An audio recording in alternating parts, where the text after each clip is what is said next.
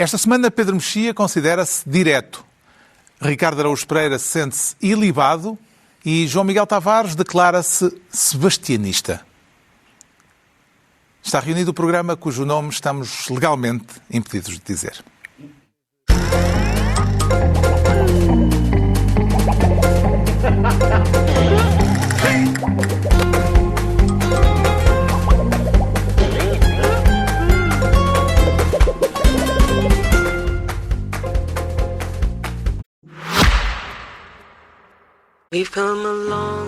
Na Toyota, declaramos otimistas em relação ao amanhã, porque sabemos que já o estamos a construir. São projetos como um Toyota Uma Árvore, que já plantou mais de 200 mil árvores em florestas portuguesas, ou a iniciativa Um Toyota Uma Missão, que apoia instituições de solidariedade social que nos mantêm em movimento para chegarmos onde queremos, mais além.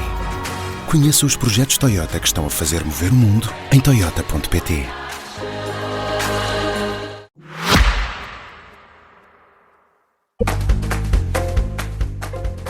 Ora viva, sejam bem-vindos no final de uma semana em que a literatura portuguesa se despediu do escritor António Lobo Antunes, o escritor que o Nobel não teve, e uma semana marcada pela fúria épica, parece título de filme, embora com mortos reais e destruição autêntica, não apenas encenada, a fúria épica que se abateu sobre o Médio Oriente, uma nova guerra que não se sabe ainda quanto tempo vai durar e que ameaça a economia mundial.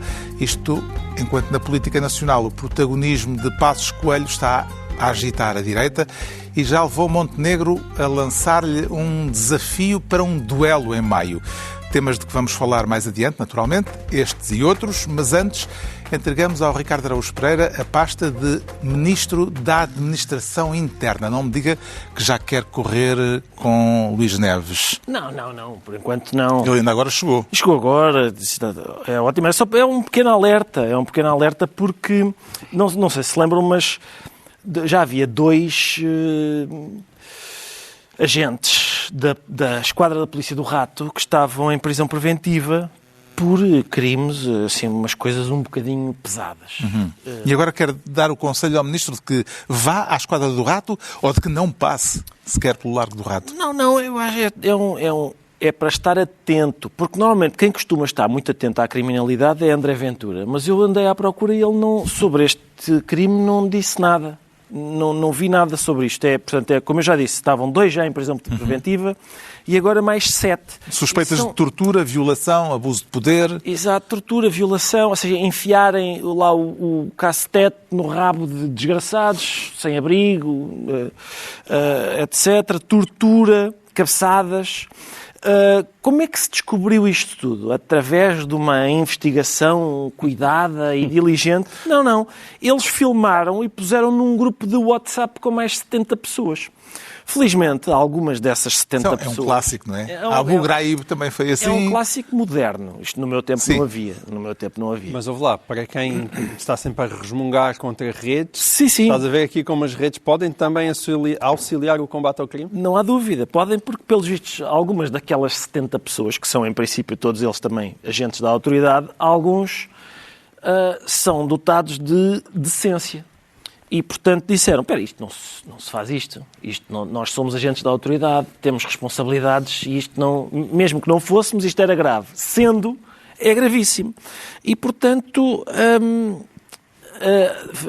alertou-se, investigou-se. Parece que um dos agentes em causa fez uma plástica para dificultar a sua identificação naquelas linhas para as vítimas não perceberem porque ele agora está com o nariz diferente. Mas ainda assim, a investigação está em cima disso e, portanto, era só para alertar o Sr. Ministro da Administração Interna que as pessoas costumam alertar para crimes, nem todos os crimes são reportados. Neste em especial, fica claro que nenhum destes polícias é nem negro nem cigano, senão... Mas ele fez uma plástica de propósito por causa disso? A investigação está convencida que sim, que ele fez uma plástica para agora não ser reconhecido pelas vítimas. Entretanto, soube-se também esta semana nos testes psicológicos para a admissão de novos agentes, a PSP excluiu no ano passado 85 candidatos que por razões que tinham a ver com a propensão para atitudes radicais. Foi esta a justificação. Como é que se compreende que a polícia seja um chamariz para personalidades desta índole, João Miguel Tavares? Ora, a polícia tem a responsabilidade de impor a ordem e há pessoas que querem impor a ordem de forma excessivamente entusiasmada. Eu celebro que, apesar de tudo, pelos vistos, existe uma avaliação na polícia, psicológica, imagino eu, que reforçou o número de horas de formação, segundo veio a público. Sim. E, quer dizer, isto não é... Quando nós falamos de extrema-direita, isto é comum a todo lado, não é? E nos Estados Unidos, onde hoje em dia se fala, a propósito do ICE, também se falou muito isso, até que ponto é que se está a radicalizar as polícias, ter cuidado com as pessoas que se está a contratar para esses cargos, evidentemente, e, portanto, eu fico contente que esse screening esteja a existir. Eu celebro, não é? Quando hoje em dia nós olhamos para os polícias e os polícias não eram iguais bem aos polícias do meu tempo, que eram só uns senhores com umas grandes panças em que nós perguntávamos, mas como é que este senhor e a sua pança conseguem correr atrás de quem quer que seja? Aliás, a esse propósito, eu lembro-me de contarem, como me contaram, que os polícias corriam com a mão a segurar o chapéu atrás dos meliantes e explicaram-me que era porque eles tinham que pagar o seu fardamento e, portanto, se perdessem o chapéu pelo caminho, teriam de pagar o chapéu. O boné. Não, alturas mais duras, pronto. Mas eu, além do boné, havia as famosas panças. E quando nós hoje em dia olhamos para a polícia, é extraordinário como o número de panças desapareceu drasticamente. Drasticamente, o que significa que, bom, temos uma polícia mais profissional, mais sofisticada, mais musculada, que corre os seus quilómetros todos os dias, que vai ao ginásio. Estado da Guerra Americana outro dia fez uma diatribe contra... E ele é bem bombado. Convém apenas que o sangue e toda a energia e toda a massa que vai para os músculos também sobra alguma coisa para continuar a ir para a parte de cima da cabeça. É só isso. Nestes Mas casos, se assim for, eu celebro. Voltamos sempre à pergunta clássica, Pedro Mexia. Quem policia a polícia? Tem de haver mecanismos de observação sobre casos destes? Tem por duas razões. Por um lado, porque tendo a legitimidade, monopólio legal da violência, as forças de segurança e militares têm especiais obrigações, não é? Portanto, têm que agir de uma forma muito mais ponderada, proporcional, etc., do que as outras pessoas, ou ainda mais do que as outras pessoas. E, por outro lado, porque não só existem pessoas com atração por essa carreira, o que é natural, porque querem andar à pancada, para dizer assim, é como as pessoas são para as claques, não é para apoiar o clube, não é? Muitas delas, não é? Daquelas que nós vemos recorrentemente à pancada a seguir aos jogos, ou durante os jogos. Eu adoro os fãs que andam à pancada durante os jogos. Às vezes de costas para o campo, é muito bom. E depois, porque há neste momento uma infiltração de elementos radicais na polícia, como aliás vimos manifestações de polícias a festejar a André Ventura como o seu homem no Parlamento e, portanto, aí já não é uma questão do comportamento individual, mas de haver uma confusão entre uma agenda política e a única agenda que a polícia deve ter, que é a segurança pública.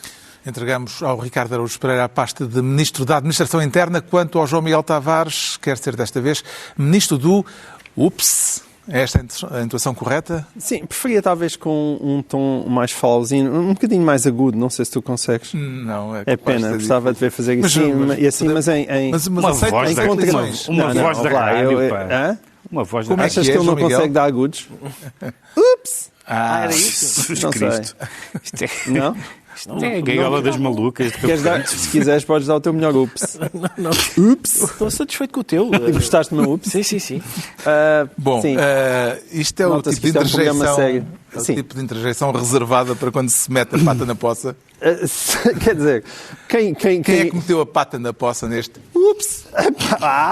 Vês? Ele consegue muito bem. Há muito tempo não davas um agudo desses. Sim, senhor. Quem meteu a pata na poça, podemos dizer que foi Donald Trump, mas ele, evidentemente, Donald Trump não admite que meteu a pata na poça. Isto é porque Trump confessou que os americanos tinham pensado em gente do regime iraniano que poderia substituir o Ayatollah, que entretanto foi morto, mas de repente perceberam que esses possíveis sucessores foram todos mortos. Vê nisto um excesso de eficácia militar ou uma incompetência a nível do planeamento da operação? Eu acho que é uma coisa extraordinariamente competente que depois no final, quando estás a ver, quando de repente baixa a poeira, vai-se a ver e parece um sketch de uma comédia no meio daquela tragédia. Porque o Donald Trump, quando estava a dizer aquilo na Casa Branca, eu no meio disto peço imensa desculpa, mas não conseguia deixar-me de rir, porque ele estava a dizer, bom, nós tínhamos ideia, havia uns 3 que nós tínhamos realmente, mas eles também lá estavam e, portanto, a bomba foi tão eficaz que acho que matámos 40. E, portanto, marchou o regime todo, e ele dizia, bom, morreram as pessoas da primeira linha, morreram os de segunda linha, provavelmente também os de terceira linha, e agora um dia destes já não conhecemos ninguém. Isto foi Donald Trump a dizer. E a gente lá em casa diz, bom, então já fico descansado, isto foi uma coisa bem planeada. Podiam simplesmente concentrar-se na família do Khamenei, porque o sucessor tu indica que vai ser o filho, sim, e se não o neto. São as duas hipóteses. Tá bem, para um regime que derrubou a monarquia não está mal. Mas é muito impressionante aquilo que Trump está a dizer, e ele tem dado muitas entrevistas, até, digamos assim, meios de comunicação social hostis. O exemplo que ele repete sucessivamente é a questão da Venezuela. Ele agora, esta sexta-feira, chegou a dizer orgulhosamente, não, vejam lá, na Venezuela agora temos uma magnífica líder. Portanto, saiu um ditador, ficou a vice-ditatriz. A vice-ditadora, como é que se chama? E ele acha, não, magnífica, ou seja, tradução, está finalmente a fazer... E diz que se quer envolver na escolha do sucessor do Ayatollah. Na escolha do Ayatollah. Mas é difícil olhar para o Irão e dizer, não, isto vai ser igual à Venezuela. Mas ele está convencido. Até porque na Venezuela foi como naquelas máquinas em que tem-se uma mão e tem que se tirar um macaco ou coisa do género. Foi o que eles fizeram. Claro. Não tem nada a ver com o Irão. Não é uma bomboca que mata todo o Estado-Maior. A guerra, já se percebeu, está para durar. Tem ideia de qual é neste momento o objetivo final de americanos e israelitas? Bom, os israelitas não têm... Eu acho que o Netanyahu sabe o que quer. É muito fácil de... Sim, esse sabe o que quer. Aliás, está a jogar em mais do que um tabuleiro, como já se viu, com a própria invasão do Líbano. E, portanto, é acabar aquilo que iniciou na sequência de outubro. E note-se, quer dizer, sobretudo o Líbano, que aparentemente vai declarar que o Hezbollah é ilegal e vamos esperar que o exército libanês finalmente consiga tomar posse do seu próprio país. Se isso acontecesse, era extraordinário. Convém lembrar que aqui há coisa de 50 anos havia 2 países que eram a esperança do Médio Oriente. Era a Suíça do Médio Oriente. Era a Suíça do Médio Oriente, que era o Líbano, e era o Irão. E era o Irão, não é? As famosas fotos das senhoras de mini-saia que nós víamos. Era do ponto de vista, digamos, ocidentalizado. Mas não era, provavelmente, um regime muito recomendável. Não era um regime recomendável, mas dentro daquilo que era uma perspectiva dos valores ocidentais a penetrarem no Médio Oriente. E o objetivo de Trump? Vai à procura de uma Delcy Rodrigues? Eu acho que é isso. Não vai estar... De barbas. Está à procura de uma Delcy Rodrigues de barbas. Não vai estar em consonância com Netanyahu. Portanto, poderá haver aí um momento de fricção. Quer dizer, pode estar à consonância no sentido... Vamos ver, uma Delcy Rodrigues de barbas é alguém que faça o que os Estados Unidos quer, logo o que Israel quer. Eu acho que, nesse aspecto, não estão totalmente sintonizados. Mantendo o regime teocrático. Pois, isso não pode ser. Mas, quer dizer, tu na Venezuela também mantiveste uma ditadura. Eu acho que Donald Trump está-se nas tintas para o que é que tu mantens desde que esse regime começa a colaborar com os Estados Unidos da América e, naquele caso, também colaborar com Israel. Tu podes dizer, mas é possível um regime teocrático colaborar com Israel? Eu também não vejo. Vejo com muitas dificuldades e, sobretudo, tendo em conta que os senhores que eles lá tinham na folhinha Excel, que era ótimo para substituir o Khamenei, pelos vistos marcharam todos. Aquilo é um grande ponto de interrogação, até porque a maneira como o Irão está a reagir é uma maneira desesperada e muito difícil de compreender para a própria sobrevivência do regime, porque eles estão a atacar toda a gente à sua volta com desejos de desromper a economia mundial e que isso faça alguns dos países recuarem. Mas eu tenho dúvidas que isso também nós tínhamos razão para acreditar que, pensando no exemplo iraquiano, que os americanos não são excelentes a escolher os governantes locais dos países. Sim, mas isso os americanos aí, faça justiça a Trump, ele já não se mete nisso. É que isso é, o que ele está a fazer é o contrário do nation building. Não há nenhuma nation building ali. Supostamente acabavam as guerras. Exatamente. Então não tinha uma plataforma isolacionista, onde isso já vai. Agora ele vai dizer que só não gosta de guerras longas, pequeninas podem ser. Né? Bom, esta não se sabe quanto tempo demorará. E ele já diz que a seguir é Cuba. Diz que pode ser 3, 4 semanas ou até mais. Acredita, Pedro Mexia, que o regime iraniano pode acabar por sucumbir a curto prazo ou, ao exportar a guerra para toda a região, os iranianos estão a ganhar tempo e a tornar a vida difícil a Trump? Não sei dizer, não sei responder à primeira, porque dá-me ideia, em relação à segunda, dá-me ideia que os vizinhos estão um bocadinho indisponíveis para isso neste momento. Ele já atacou alguns deles e, portanto, não creio que haja um grande amor ao Irão, além de, como tem sido notado na imprensa internacional, a Rússia vai ter menos amigos no mundo, não é? Tem perdido amigos, perdeu a Venezuela, perdeu a Síria e agora perde o Irão. Mas, do ponto de vista militar, não sei, porque o Irão está sempre a fazer voz grossa a dizer que quando eles responderem a sério vão ver como... Mas Israel... há uma disrupção económica... Não, isso com certeza. Isso, as rotas, a energia não, isso é óbvio. E quanto mais durar a guerra... Do ponto de vista militar, não sei. Há uma coisa que nós sabemos que é...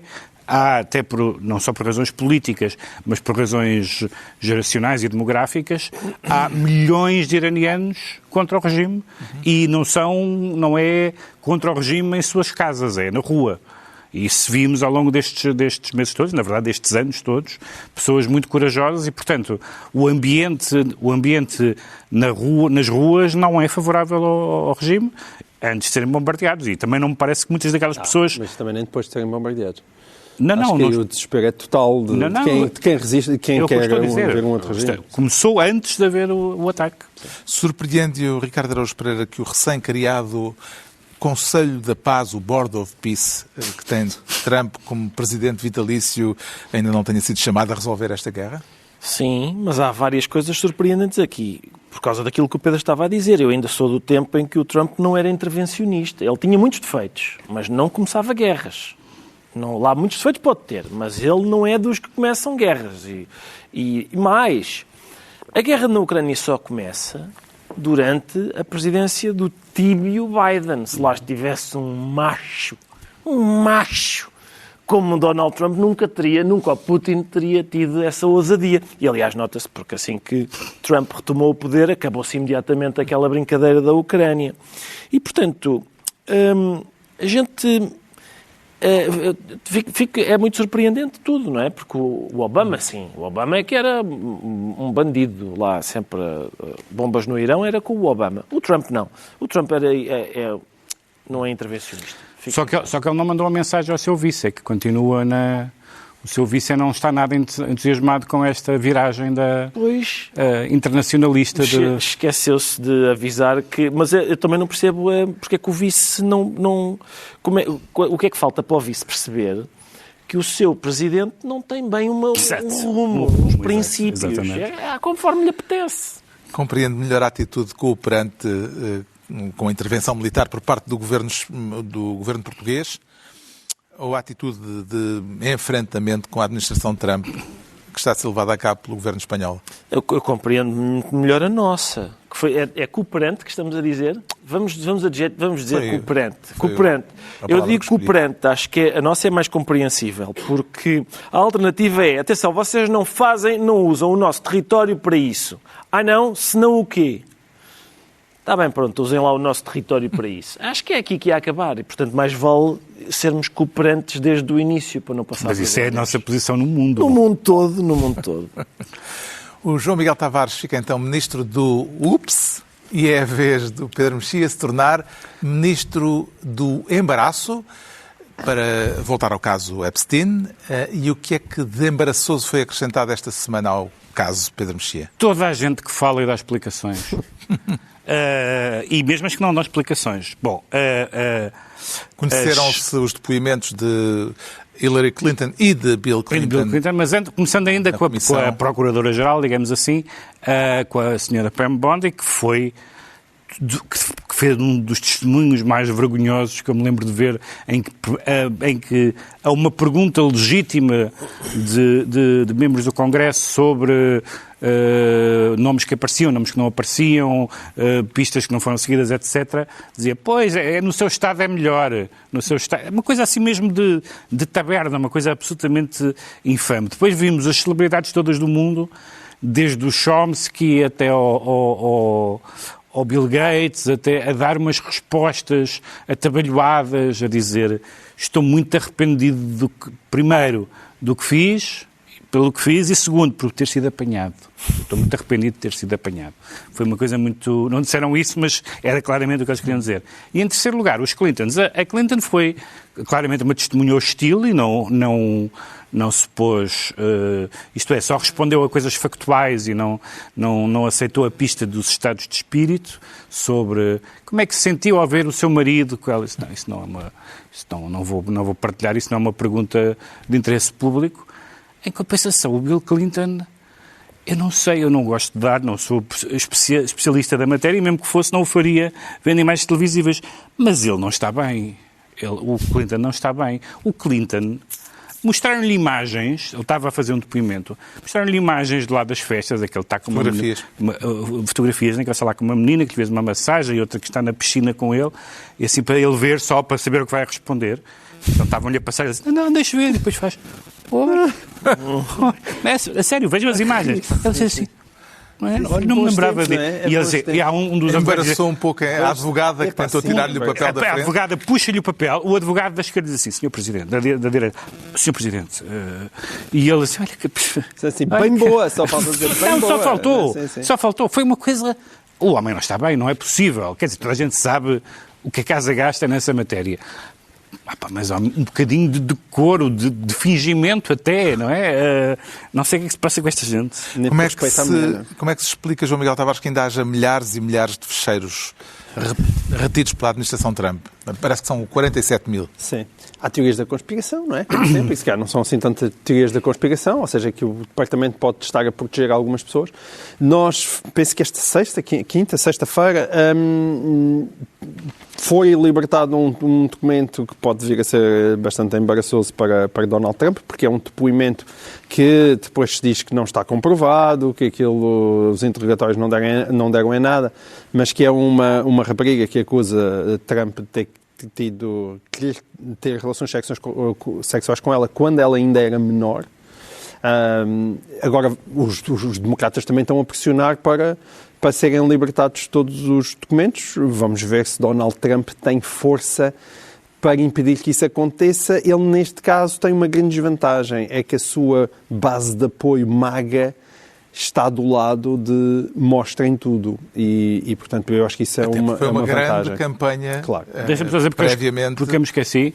Antes das eleições. Uma das coisas que o Clinton diz é que perguntam-lhe se ele teve intimidade com alguma daquelas raparigas, e ele diz assim, não, eu não tenho interesse em menores. E ele diz, Sr. Presidente, ninguém falou em menores.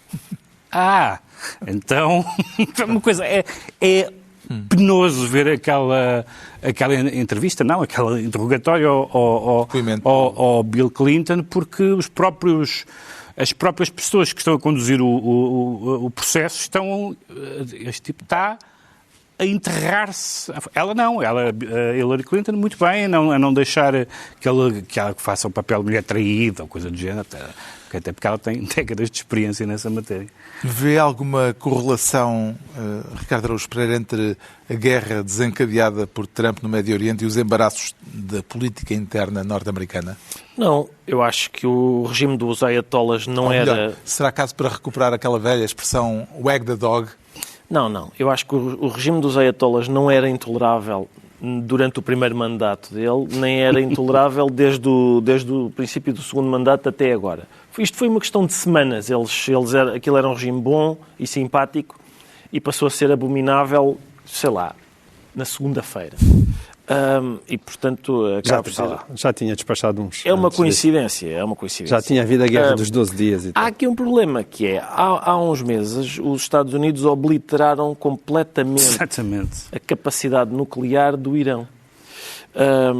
Mas agora é preciso obliterar completamente a capacidade nuclear do Irão. E este é o problema do tremendismo, a forma retórica favorita do Presidente dos Estados Unidos da América, que é o tremendismo, tem este problema, que é, a seguir a obliterar-se completamente uma coisa, não faz falta voltar a obliterá-la completamente. E de que forma é que se conseguiu isso?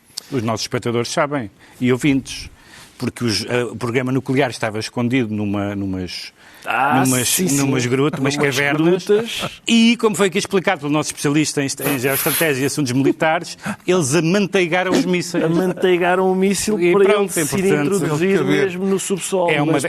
Não entrou completamente. Pois é isso. Pelos vistos não. Precisava de mais manteiga. Talvez. Bom, vamos continuar a seguir a guerra. Vamos galhofando, mas pronto. É o que nos resta. É o que nos resta e o que nos safa. Cantando e rindo. O Pedro Mexia fica então ministro do embaraço e estão entregues as pastas ministeriais por esta semana. Agora é a altura para sabermos porque é que o Pedro Mexia, de novo, ele se declara direto. Isso é a linguagem do boxe, Pedro Mexia? Não sei se é do boxe, mas é o amor entre... direto, bem aplicado. Como é que se diz as pessoas que são do mesmo partido são correligionários, não é? No PSL chamam-se companheiros, não é? Companheiros. E então os companheiros do PS... Prova de que, evidentemente, é um partido de centro-esquerda, como diria Pacheco Pereira. E companheiros? Não, isso seria camaradas. Sim. Companheiros de camarada palhaço, não é? Camaradas é esquerda. Companheiros é centro-esquerda. Bom, mas o companheiro... Então, como é que é na direita? No outro dia estavam... Colegas. No outro dia colegas. No jornalismo há uma boa máxima para isso. Colegas são as... Exatamente. No outro dia estava um analista a dizer onde se nota que o jornalismo é todo de esquerda, é que os jornalistas se tratam uns aos outros por camaradas. O que significa, em princípio, que na tropa também toda a gente é de esquerda. Realmente, na tropa também são camaradas. Bom, isto é porque estamos a assistir... no caso do jornalismo. Estamos a assistir a um combate intenso na direita portuguesa. Depois das sucessivas aparições públicas de Passos Coelho, Montenegro decidiu desafiar Passos Coelho esta semana para diretas no PSD, já em maio. Vê nisto, Pedro Mexia, desespero, como alguns passistas ouvidos pelo Observador vieram dizer, ou um cheque do atual líder ao antigo líder? Não é um cheque no sentido em que... Cheque com X. Sim. Não é um cheque no sentido em que Passos Coelho podia responder, tanto que respondeu, que o candidato-me quando eu quiser... Quem diz é quem é e o ar é de todos. Não, essas três não disse. Mas candidato quando quiser. Portanto, evidentemente que o Pedro Passos Coelho não vai aceitar apresentação, mas diretas agora, neste momento. Não é? Até porque fazer depressa o que se pode fazer devagar. Não é? Isso vá para muitas áreas da vida e também para a inimizade política. Por isso, Passos Coelho está... Claramente, aliás, fez as últimas declarações que eu vi antes de entrar no estúdio, de que é que ele está à espera. Ele disse, estou à espera que o partido dê conta do recado, também muito amanteigado, e depois diz que o Primeiro-Ministro se concentre na sua missão e dê pouca atenção ao resto, que é ele próprio, ele Passos Coelho. Portanto, aspira-se fraternidade entre os como é que é? Companheiros. Entre os companheiros. Agora, eu acho que isto mais tarde ou mais cedo vai ter que resolver. Eu espero é que quando se resolver, que seja da forma, evidentemente, a única forma aceitável para alguém liderar um partido, não é? Não creio duelo com Figueiredo. Lá fora os dois sem camisa.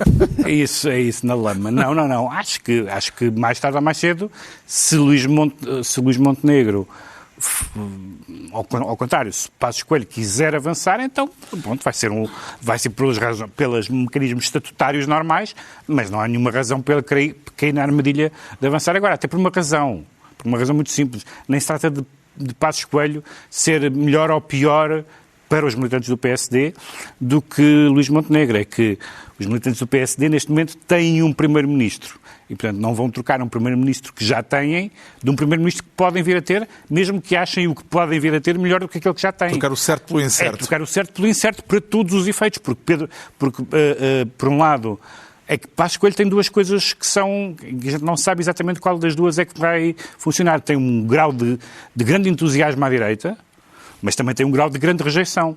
Luís Montenegro não tem nenhuma coisa nem outra. Não é o líder com que ninguém sonha, desde pequenino, mas também, quer dizer, agora teve alguma rejeição por causa do caso do Spino Viva e da sua gestão desastrosa, que continua a ser desastrosa, desse caso, mas não é uma pessoa não é alguém que as pessoas detestem, enquanto Passos é detestado, em parte por causa das dificuldades que o país sofreu e que ele, na verdade, herdou, não é? Boa parte delas, se não todas. Passos Coelho, evidentemente, não vai aceitar o repto de ir a diretas em maio, já disse que quando quiser candidata-se e anuncia-o. Não o fazendo agora, João Miguel Tavares tem condições políticas para continuar a queimar Montenegro enlumbrando? Claro que tem. Claro que tem. E é como dá mais gozo. Sim. O Montenegro já tinha gente com vontade de o grelhar no PS, tinha gente com vontade de o grelhar no Chega e agora tem gente com vontade de o grelhar no PSD. Ele está grelhadinho por todos os lados. Vai ficar selado. Tá. Para isso é preciso um bocadinho ser um bocadinho amanteigado. Pega lá, isso Talvez. é uma derivação agora para a culinária? É. Sim, é quando... Conta-me lá. Mas isso é preciso para uma gordura. selares uma Tens- peça de carne, não é? Muito bem. Fogo por todos os lados e... Tu grelhas? De grelha, às vezes acontece-me. A sério? Nunca comi um grelhado teu, Ricardo. eu estava Tens-me à convidar espera- para saber se tu sabes grelhar. Tu estás a refriar, estás a fingir que não estás entusiasmado com esta coisa. Eu estava à espera que tu estivesses tão feliz com a parousia, não é? Sim. Com a segunda vinda. Com a segunda vinda. Com a segunda vinda Bem do Nosso sei, bem sei. Senhor, Ana. do Nosso Senhor Passos Coelho. Mas sabes que eu Estás a fingir que não. sabes que eu não sou muito forte ao nível da paresia, porque eu acho que a palavra já lá está e chega, não precisa de voltar outra vez. Já, a sério. Sim, não, mas espera, estou a falar de Deus Nosso Senhor. Estás a fazer desde Nosso Senhor, não de Passos Sim. Coelho. Não, Mas é que porque- é preciso Mas qual é que é a explicar. diferença? É que eu não acho que Passos Coelho seja Deus Nosso Senhor. Portanto, mas eu já vou falar disso a seguir. Portanto, Passos Coelho vai poder continuar a fazer Com as certeza. suas preleções semanais. Porque pode, e porque tem autoridade moral para isso, e porque quando fala, os microfones vão todos para o pé da sua boca. Mas ele não percebe isso, coitado. Ele está... Não percebe? Não, ele fica surpreendido. Não, ele está a fazer consultoria. Ele fica surpreendido. Ele diz sempre... Mas quem é que disse que fica assim? Isso é uma sonsice diz o quê? escusada. Espera aí, conta-me lá. Na entrevista ao Eco, Certo. perguntam-lhe, está bem, mas as suas palavras têm sempre ele. Não sei porquê que as minhas palavras Isso dão faz sempre parte do esta manual de polémica. sonsice política. Não sei. Mas Coitado, alguém Miguel devia Relvas dizer- explicou que ele está a fazer consultadoria. Pois é que nós temos Gratuito. ao PSD. Nós temos que ir gratuito. ao verdade? explicador sempre. Sempre. E é o verdade. Miguel Relvas vem e Mas pode faz sempre a ser, tradução do Passos que está a Coelho, ser dito. pode ser aquele aguilhão, como nas touradas, que é o tipo que está ali para ver se o touro fica mais bravo. E eu acho que faz falta, no sentido de sendo aqui o touro, o governo de Luís Montenegro, que precisa de investir com mais força contra aquele tabuedo do tabuedo nacional, que é aquela coisa que não mexe, que não se sai dali Quem e que são as nos faz chocas? com que andemos sempre nós à volta. Epá, as chocas eu acho que são Não, é melhor o centro não político, não pá, é o centro desenvolver. político são as chocas, de facto. Como é que está? Olha, muito comentador também é chocas, xissa. Como é que está a assistir a esta escaramuça na direita portuguesa, Ricardo Araújo Pereira? Com interesse, Carlos, eu acho que a direita portuguesa está muito rica agora porque tem um primeiro-ministro, não é? Que é o Montenegro, tem um líder da direita, que é o Ventura, tem o líder da oposição, que é o Passos Coelho, o Ventura também é líder da oposição, mas se o Passos aparecer, eu acho que ele lhe cede o lugar, já houve Acreditas nisso? já houve algumas declarações nesse Acreditas sentido. nisso? Já. Acreditas nisso? Não, já houve umas declarações nesse sentido. Sim. Eu acho que este regresso do Passos Coelho tem, para mim, vários fatores de interesse. Um deles é trazer consigo também o regresso de Miguel Relvas, que eu acho que faz muita falta. Também não sei onde é que tiras essa conclusão. Tendo em conta que eles se afastaram quando estavam no governo. Afastaram, quer dizer, não estavam. Foram forçados a afastar-se porque Mas Passos Coelho pensou. Na altura não foi só Mas tem assumida a posição de tradutor de Passos Coelho. Exatamente. Na altura foi forçoso, tendo em conta. O Passos Coelho pensou, bom, há aqui um membro do meu gabinete, como é que se diz, do meu governo, que é o Ministro da Educação, que diz que realmente o outro Ministro, a licenciatura dele não vale, se calhar é aqui se calhar tem que fazer alguma coisa. Mas há outros fatores de interesse, como por exemplo o Passos agora critica o Governo, por exemplo, a propósito da lei, da reforma laboral, tem logo outro prestígio. Da reforma laboral, se o Governo não insistir na reforma laboral, na qual acredita e que deve ir à frente, só por não ter condições no Parlamento, não há razão para recuar e deve fazer fim-capé e perguntar aos eleitores. Eu lembro no tempo dele... Mas depois ele recuou no dia seguinte disse...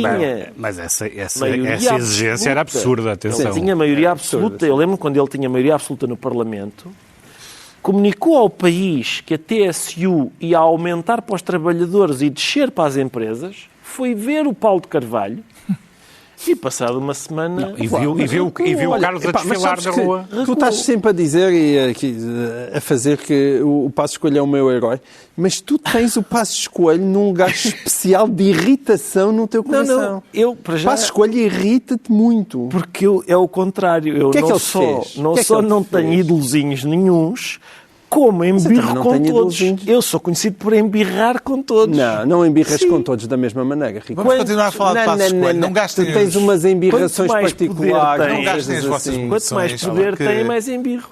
Está esclarecido porque é que o Pedro Mexia se declara direto, mas o João Miguel Tavares diz sentir-se sebastianista e continuamos no mesmo tema, porque o alegado Sebastião desta história é Passos Coelho. O que é que o leva, João Miguel Tavares, a recusar a ideia, como já escreveu, de que está em curso uma operação de sebastianismo na direita portuguesa? Não, porque eu coloquei em campo a seguinte tese, que é, evidentemente, quem fala em sebastianismo cada vez que se fala de Passos Coelho são as pessoas que não gramam o Passos Coelho por alguma razão. Mas há quem lhe deu o nome de o desejado. Não, e podes dizer que é o desejado, mas é o desejado, ao contrário do que o Ricardo estava a sugerir com a ideia do ídolozinho, é o desejado no mesmo sentido em que estás a ver um jogo de bola e achas que o melhor ponta de lança está no banco. É nesse sentido. Portanto, é o Meto Mantorras, é isso? Não é, com certeza. É o Mantorras, se quiseres, é o Mantorras. Quer dizer, não quer dizer que o Mantorras não falhe golos à boca da baliza, mas não quer dizer que não tropece com a bola, não quer dizer que não faça asneiras, faz. Não é só isso. Mas é o melhor. Lembras-te porque é que... E porquê é que o melhor... Mas desde quando é que o melhor se começou a chamar Sebastião? Não, é só porque, lembras-te o que é que o Mantorras, quando era o Mantorras, era titular. Depois ele foi para o banco porque, coitado, os joelhos dele já não davam, mas ainda assim ainda voltava. Era por isso que estava no banco. E os benfiquistas chamavam mas entrava nos últimos minutos. Entrava nos últimos minutos, sem dúvida. Mas é só isso. Ou seja, cada vez que se chama sebastianismo, ainda por cima, o sebastianismo tem uma aura mítica de qualquer coisa, de uma espécie de sonho, de uma utopia que não se concretiza. E Passos Coelho, quando fala, é o exato contrário disso. Ele quer-nos esfregar com mais realidade na cara. Isso não tem nada, absolutamente nada de sebastiânico.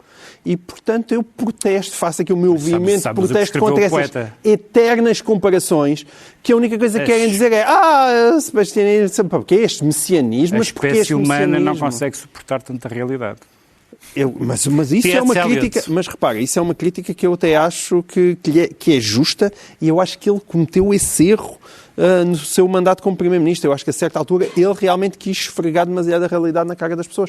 Há muitas coisas que Passos Coelho fez e que são criticáveis. Simplesmente, quando tu olhas para a direita portuguesa, há muita gente, entre as quais eu me incluo, que acha que ele é o melhor. Mas já agora, eu sou da escola jornalística, quando há governo, eu sou do contra. As pessoas esquecem-se disso. Eu também posso vir sempre munido de bibliografia todos os textos que eu escrevi contra Passos Coelho e contra medidas que ele tomou que eu considerei erradas. Isso existe bastamente. Agora, não significa que, mesmo que um ponta de lança falhoso à boca da baliza, aquele não seja o melhor jogador em campo. E é simplesmente isso que as pessoas dizem. A partir daí para o Sebastião, é ridículo. É apenas uma forma de desmerecer aquilo que as outras pessoas à direita estão a defender, como Ricardo Araújo Pereira está farto de fazer neste programa. Mas atenção, por isso eu li o teu texto no Público e por com isso eu risquei o que tinha aqui imagino. sobre sebastianismo e mudei para segunda vinda. Porque realmente Dom Sebastião toda a gente sabe que está morto e tal. Agora Jesus Cristo, como sabemos, está vivo. Sim. Enfim... Mas há aqui qualquer coisa, eu noto, percebes? Há uma embirração particular com o Passos. Passos Pelo Coelho, contrário. Não, Passos nem Coelho com o propõe Montenegro eu uma noto tanta embirração. aproximação do PSD à Iniciativa Liberal e ao Chega. Vi nesta possível dupla ventura Passos Coelho uma parceria promissora, Ricardo Araújo Pereira.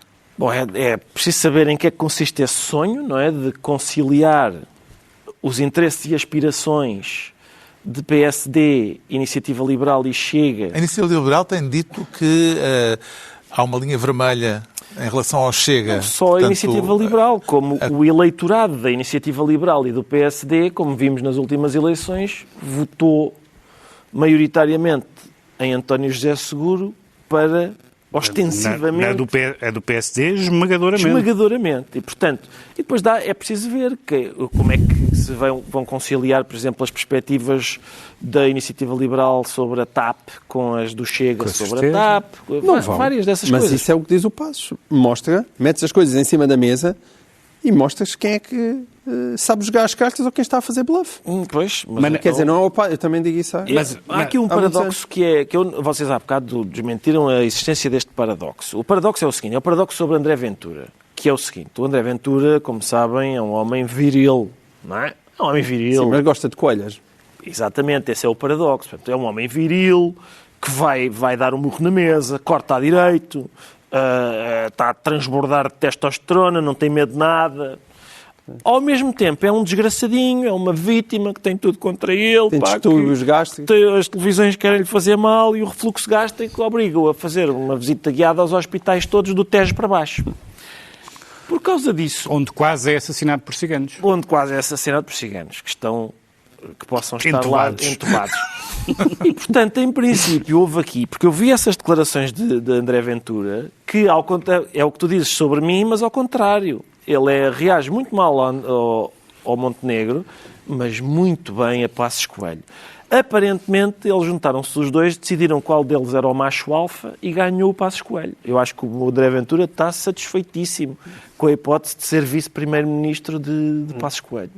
Resta saber como, tendo em conta que para isso é preciso este governo cair, o Passos Coelho candidatar-se, ganhar e a seguir ganhar as eleições, explicando ao eleitorado que acabou de demonstrar que rejeita André Ventura... Explicando antes. Essas coisas não se fazem assim. Explicando antes. Que vai tentar uma coligação com a pessoa que eles Ricardo, rejeitam. a prova de que essas contas não se fazem em si é Moameme. Repara, eu votei em António José Seguro, jamais votaria em André Ventura.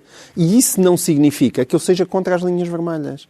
Porque me parece uma coisa básica na política. Mas então vais encontrar um parceiro que tem os votos necessários para fazer aquilo que tu queres fazer. E tu depois dizes, mas esse parceiro não é confiável ou não quer fazer. Se ele não quiser fazer, vai demonstrar que não quer fazer. Se ele não for confiável, demonstra que não é confiável. É só isso.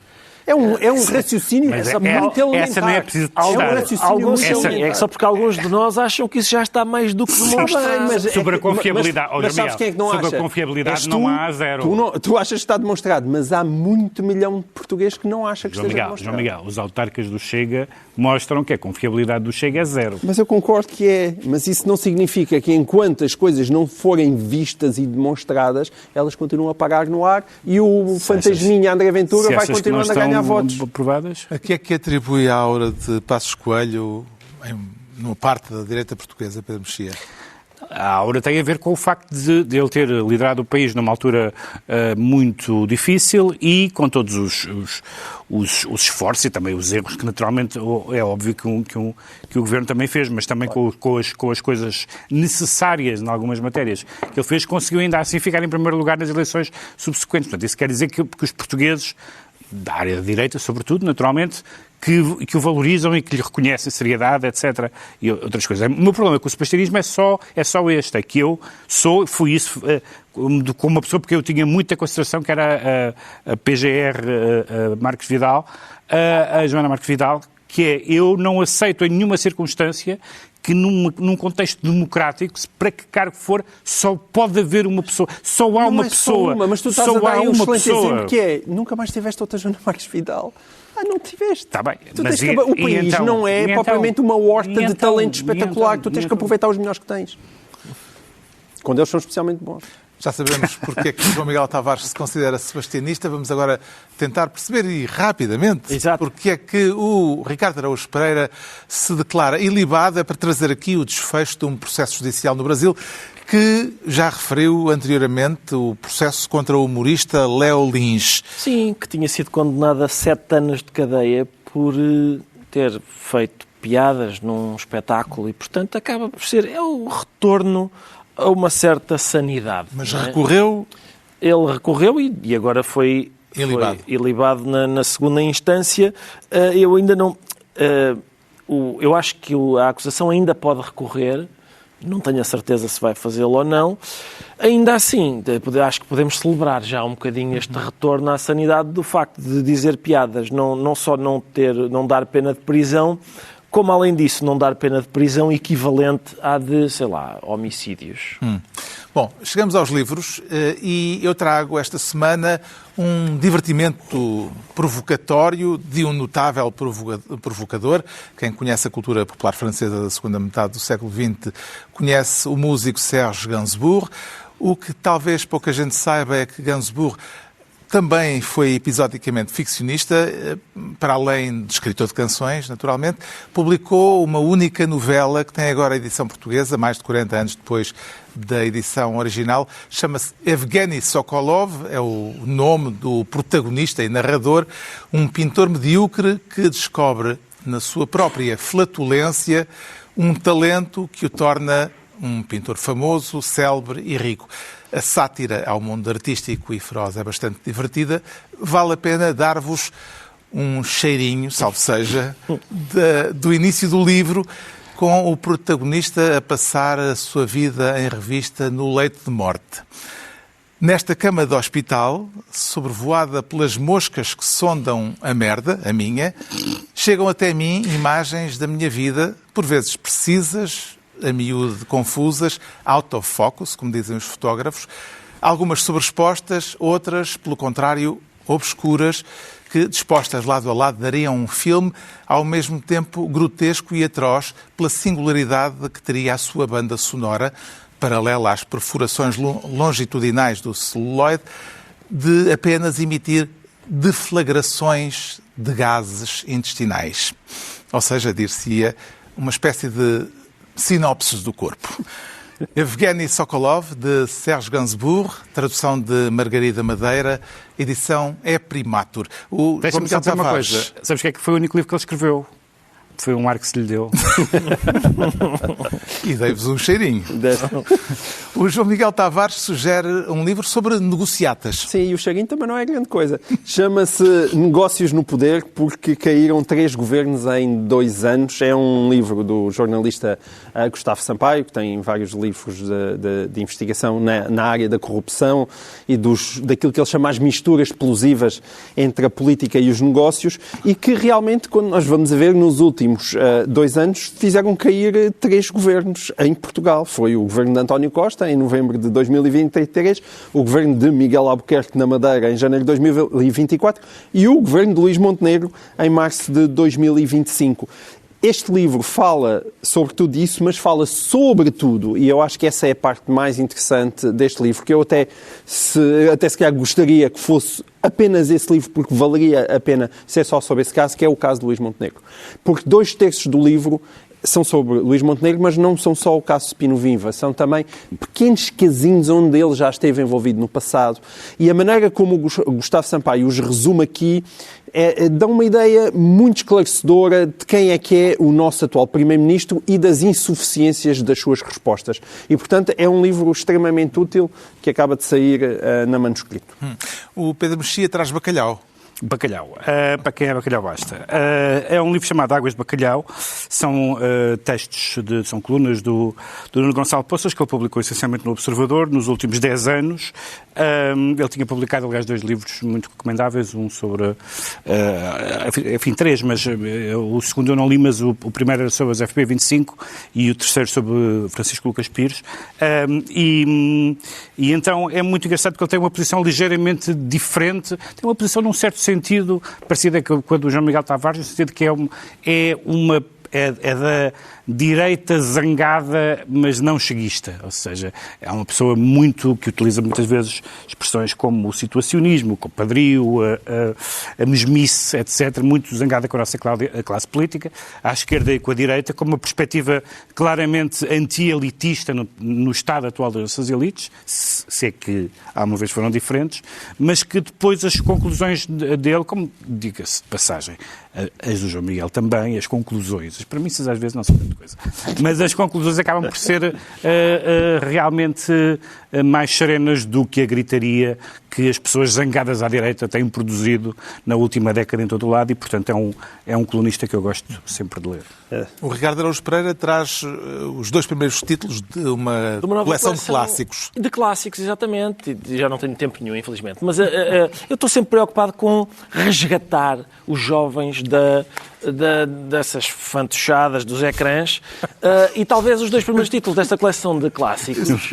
Porquê que não, apontei porque está aí o telefone. E o iPad. Pensava que era para o Gainsbourg. Não, nada disso, até porque eu acho que estes 2 primeiros títulos desta coleção de clássicos têm de facto potencial para agradar aos jovens pela quantidade de aventuras que quer o Robinson Crusoe, quer o Lazarilho de Tormes vivem, sem desprimor para o Livro das Bufas, que também tem tudo para poder, de facto, agradar. Seduzir. Pois não tens como elogiar o professor anónimo. Seduzir a juventude. Não, mas cá está. São 2 livros, 2 clássicos de uma nova coleção de clássicos e que podem ter essa qualidade de trazer jovens para este objeto que faz-se assim, vira-se... Já agora, os jovens fartam-se de ler, depois vira-se outra... Só para avisar. E outra vez. Foi um momento avô Cantigas. Assim se concluem as vísceras da alma, as sinopses do corpo e uma reunião semanal que 2 a 8 dias vai voltar com os mesmos de sempre, também em podcast, Pedro Mexia, João Miguel Tavares e Ricardo Araújo Pereira.